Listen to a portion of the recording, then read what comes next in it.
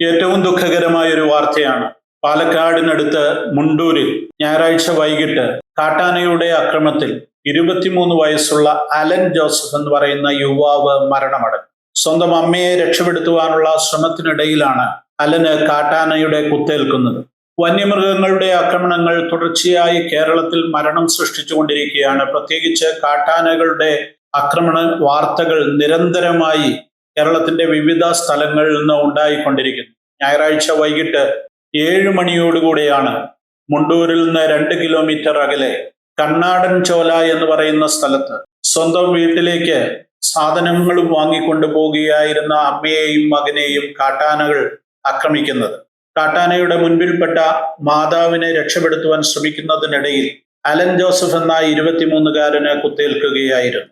കയറങ്കോടം അത്താണിപ്പറമ്പിൽ Kulathingal Joseph മാത്യുവിന്റെയും വിജിയുടെയും മകനാണ് Allen Joseph.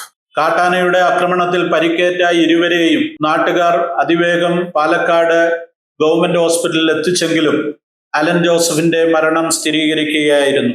ആക്രമണത്തിൽ പരിക്കേറ്റ മാതാവ് വിജിക്ക് തോളല്ലുകൾക്കാണ് പരിക്കേറ്റിരിക്കുന്നത്. അവരെ അടിയന്തര ചികിത്സകൾക്ക് ശേഷം തൃശൂർ മെഡിക്കൽ കോളേജിൽ വിദഗ്ധ ചികിത്സകൾക്കായി പ്രവേശിപ്പിച്ചിരിക്കുകയാണ്.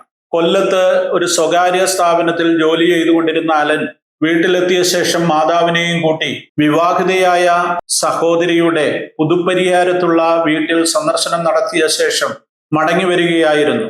വീടിന് സമീപമുള്ള കടയിൽ നിന്ന് സാധനങ്ങൾ വാങ്ങിക്കൊണ്ട് അമ്മയും മകനും കൂടെ വീടിനടുത്തേക്ക് എത്തുന്ന സമയത്താണ് കാട്ടാനകളുടെ മുൻപിൽ അകപ്പെടുന്നത്.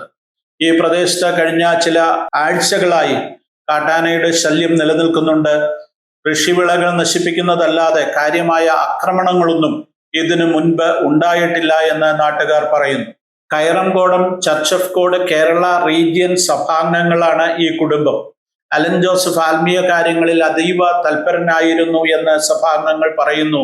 മാത്രവുമല്ല, ബിരുദ പഠനം പൂർത്തിയാക്കിയ അലൻ ജോസഫ് തുടർന്നുള്ള തന്റെ ഉപരിപഠനത്തിനു വേണ്ടി പണം കണ്ടെത്തുന്നതിന് വേണ്ടി കൊല്ലത്തുള്ള ഒരു സ്വകാര്യ സ്ഥാപനത്തിൽ ജോലി ചെയ്യുകയായിരുന്നു. അതിനിടയിലാണ് ദാരുണമായ ഈ ദുരന്തത്തിലൂടെ അലൻ ജോസഫിന്റെ ജീവിതം അവസാനിക്കുന്നത്. ദുഃഖത്തിലായിരിക്കുന്ന ഈ കുടുംബാംഗങ്ങളെയും സഭാംഗങ്ങളെയും പ്രത്യേക നിങ്ങളുടെ പ്രാർത്ഥനകളിൽ ഓർക്കുക. ദൈവം എല്ലാവരെയും ആശ്വസിപ്പിക്കട്ടെ.